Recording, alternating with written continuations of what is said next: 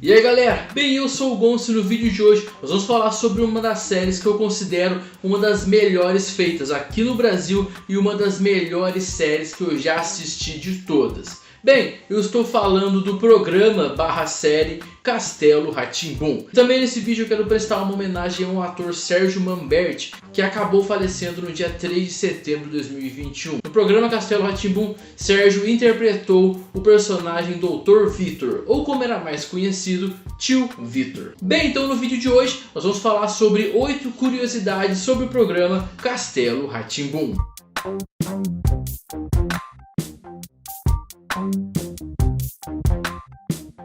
Mas antes de começar o vídeo eu quero pedir com muito carinho para você deixar seu like, se inscrever no canal caso não seja inscrito, ativar o sininho das notificações e me seguir nas redes sociais, estão tanto aqui embaixo como na descrição do vídeo. Agora sem enrolação, vamos começar o vídeo de hoje.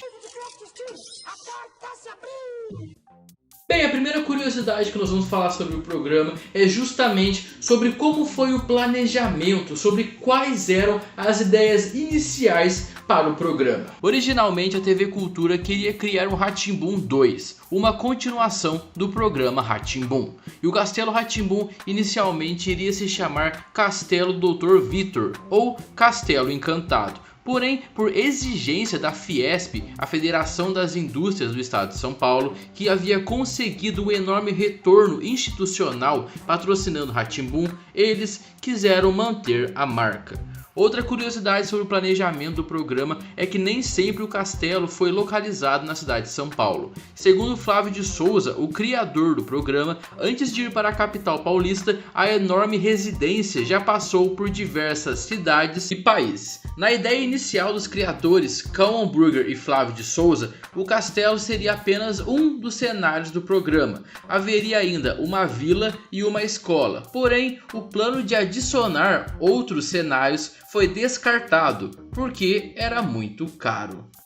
Bem, já que falamos sobre quais eram os planejamentos para o programa, vamos falar agora então sobre como e quando foi a estreia do programa ao ar e sobre como foi a recepção que o público teve. No dia 9 de maio de 1994, estreava na TV Cultura o primeiro episódio do programa Castelo Rá-Tim-Bum. O programa contava a história de Nino, um menino de 300 anos que é aprendiz de feiticeiro e mora em um castelo no meio da cidade de São Paulo, junto com seu tio Vitor e sua tia Morgana e muitos outros personagens. Nino, certo dia, acaba fazendo um feitiço e acaba trazendo para o castelo 3 crianças, Biba, Zequinha e Pedro, e juntos eles vivem diversas aventuras. O programa é o mais caro da TV Cultura e teve um orçamento de 1,2 milhões de dólares só nos primeiros 70 episódios e 2,5 milhões de dólares ao todo o programa, que foram divididos meio a meio pela Fiesp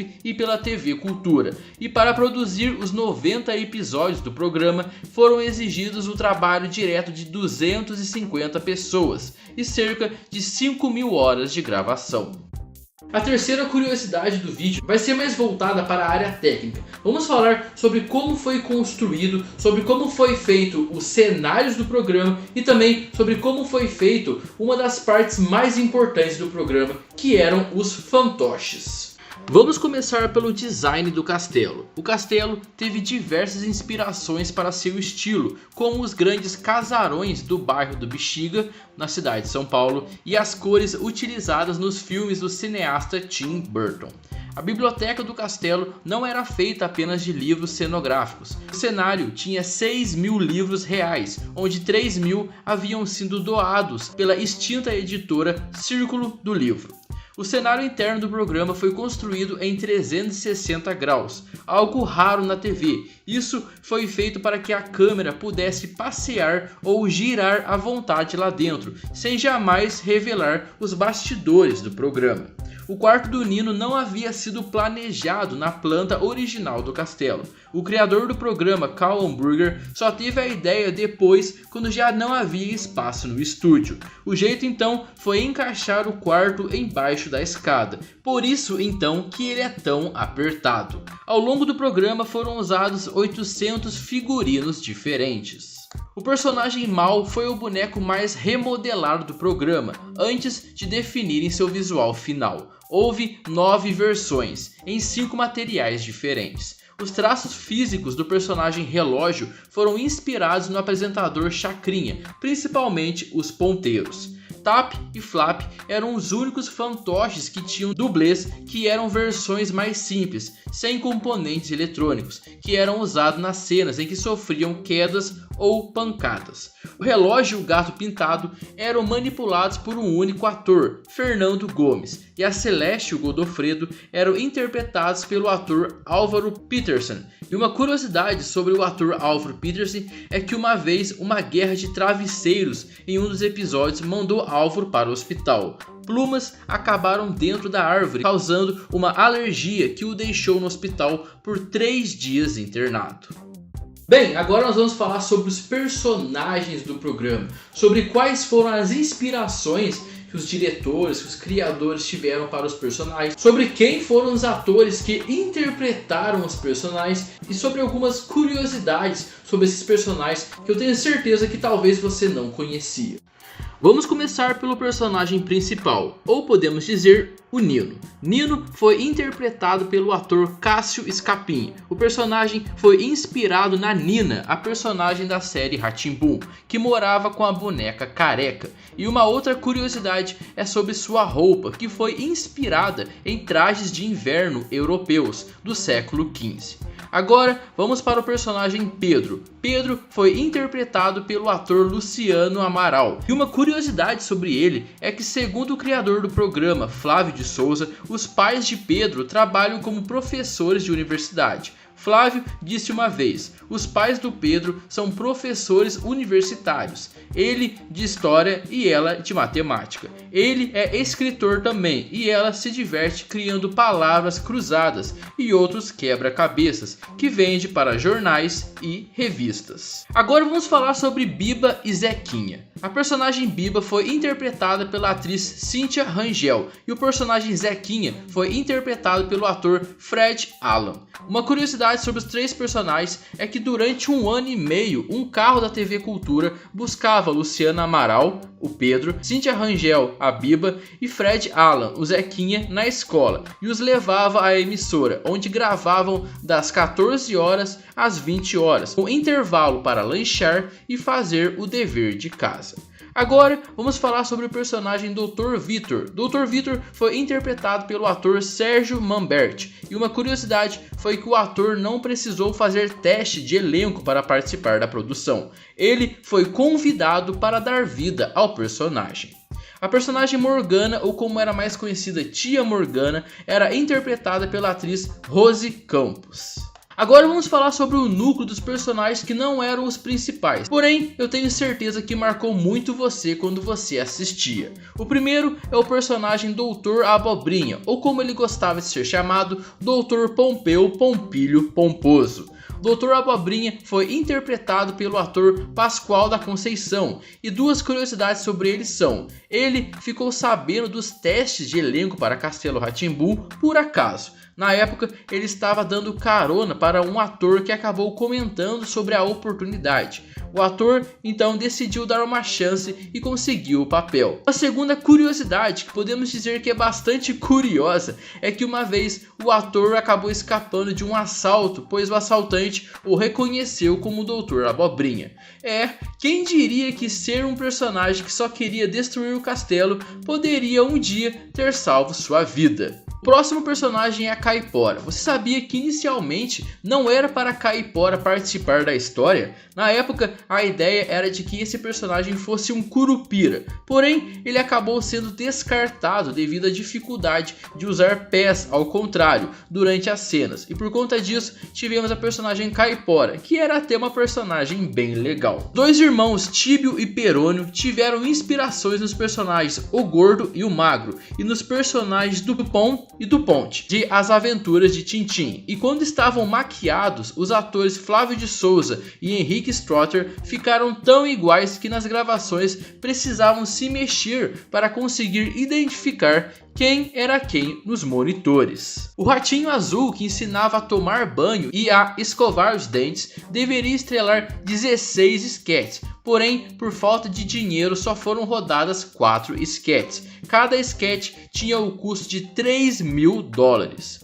Todos os quadros do Telekid, aquele personagem que sempre respondia porque sim não é resposta, que foi interpretado pelo ator Marcelo Taz, foram gravados de uma vez só, em um único mês e sempre nas madrugadas. Isso porque esse era o único horário em que o Chroma Key, uma tela verde que pode ser substituída por um fundo digital da TV Cultura, estava disponível. Bem, agora vamos falar sobre um personagem que era muito legal, que quem assistia tenha certeza que gostava muito. Porém, que infelizmente o ator que interpretava esse personagem acabou falecendo ainda durante as gravações do programa. Eu estou falando do personagem Etevaldo.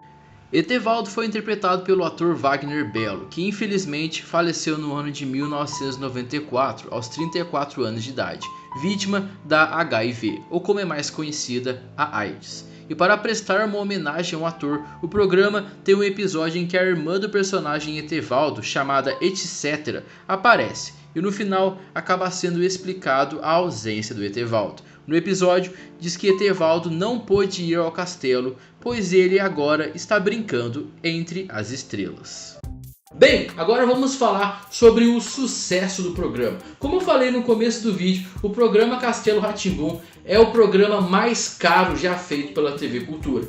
Então vamos ver agora se todo esse esforço valeu ou não a pena. O programa, durante sua exibição, chegou a bater 12 pontos de audiência. Castelo Rá-Tim-Bum fez tanto sucesso em Portugal que o canal RTP propôs à TV Cultura a aquisição de todos os cenários. Eles queriam levar todo o cenário de barco para Portugal para gravar novos episódios. O programa já foi exibido em quase todos, se não em todos os países da América Latina e também no México, Honduras e Porto Rico. E foram licenciados mais de 1.200 produtos com a marca. O sucesso do programa foi tão grande que um filme derivado da série foi lançado em 1999, chamado Castelo Rá-Tim-Bum, o filme. E também o programa já ganhou derivados no teatro. E uma última curiosidade é que o cenário e os detalhes da produção já foram expostos em museus. Bem, além de todo o sucesso que o programa teve, o programa também ganhou alguns prêmios e também muito reconhecimento. E vamos agora conhecer quais foram esses prêmios. Castelo Rá-Tim-Bum já ganhou o prêmio APCA de melhor programa infantil. O programa também ganhou uma medalha de prata no Festival de Nova York por também melhor programa infantil. E para concluir, Castelo Rá-Tim-Bum já ganhou o prêmio Sharp de música na categoria melhor disco infantil. Bem, existe uma frase que diz: tudo que é bom dura pouco. E infelizmente com o programa Castelo Rá-Tim-Bum não foi diferente. Pois no dia 24 de dezembro de 1997 foi ao ar o último episódio do programa Castelo Rá-Tim-Bum. Bem, eu não consegui encontrar o porquê que o programa acabou.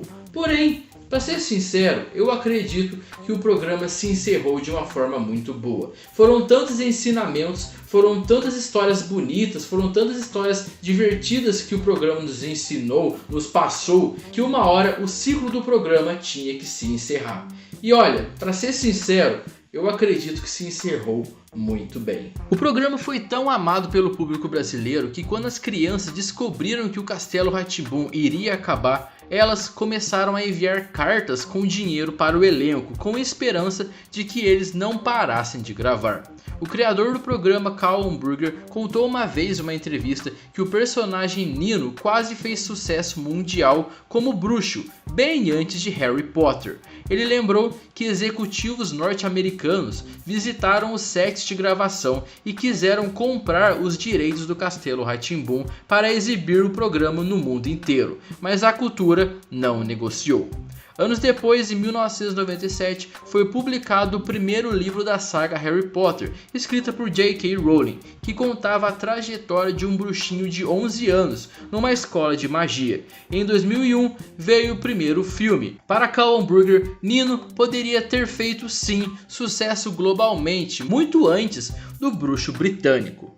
Cal disse que ele e o roteirista Flávio de Souza, que também teve grande participação na criação do projeto, decidiram concentrar todas as ideias dentro do castelo. Por isso, cada cantinho e personagem representava uma área de conhecimento ou brincadeira, como arte, ciência e história, e que a equipe de produção auxiliou muito. Que na produção, além de câmeras e produtores, também existiam músicos, pedagogos e professores. Bem, e esse foi o vídeo de hoje. Bem, eu queria, além de trazer, é claro, uma homenagem ao ator Sérgio Manberti, né, que interpretou o personagem do Dr. Victor e interpretou muito bem, por sinal, eu também queria trazer esse vídeo porque, mano, Castelo Rá-Tim-Bum foi um programa que marcou muito a minha infância, né? Eu nasci no final dos anos 90, eu nasci em 1999 e ainda, mesmo que o programa tenha acabado em 1997, até hoje o programa passa, o programa foi muito bem reconhecido, o programa foi um programa que com certeza marcou a infância de muitas crianças, de crianças que nasceram no final dos anos 90, que nasceram no meio dos anos 90, que nasceram nos anos 2000, né? Foi um programa que marcou muito a infância, que tem até um vídeo no meu canal que eu digo que o Castelo Rá-Tim-Bum fez parte de uma das eras de ouro da televisão brasileira, e foi um programa que eu gosto muito, que é um programa que eu vou guardar com muito amor no meu coração, que com certeza é um dos melhores programas que eu já assisti. Então, pensando nisso tudo, eu quis trazer essas curiosidades para vocês conhecerem um pouquinho mais sobre como foi feito, sobre quem fez, sobre quem ajudou a produzir esse programa que marcou não só a minha vida, não só a minha infância, mas eu acredito também que é a infância, que é a vida de muitos de vocês. Mas bem, esse foi o vídeo de hoje. Se você gostou, você já sabe o que fazer, já deixa seu like, se inscreva no canal caso não seja inscrito, ative o sininho das notificações, compartilhe esse vídeo com sua família, com seus amigos, com aquela pessoa que você sabe que adora, que adorava assistir e que ainda gosta de assistir Castelo Rá-Tim-Bum, e me siga nas redes sociais, estão tanto aqui embaixo como na descrição do vídeo. E antes de ir embora, vou recomendar para vocês dois vídeos muito bons. Esses dois vídeos estão aqui, e caso você ainda não tenha se inscrito no canal, clique aqui. Demorou? Então é isso, muito obrigado por mais um vídeo, nos encontramos no próximo vídeo, e é isso, muito obrigado por tudo, tamo junto, e é nóis. Pift poft piu, a porta se abriu.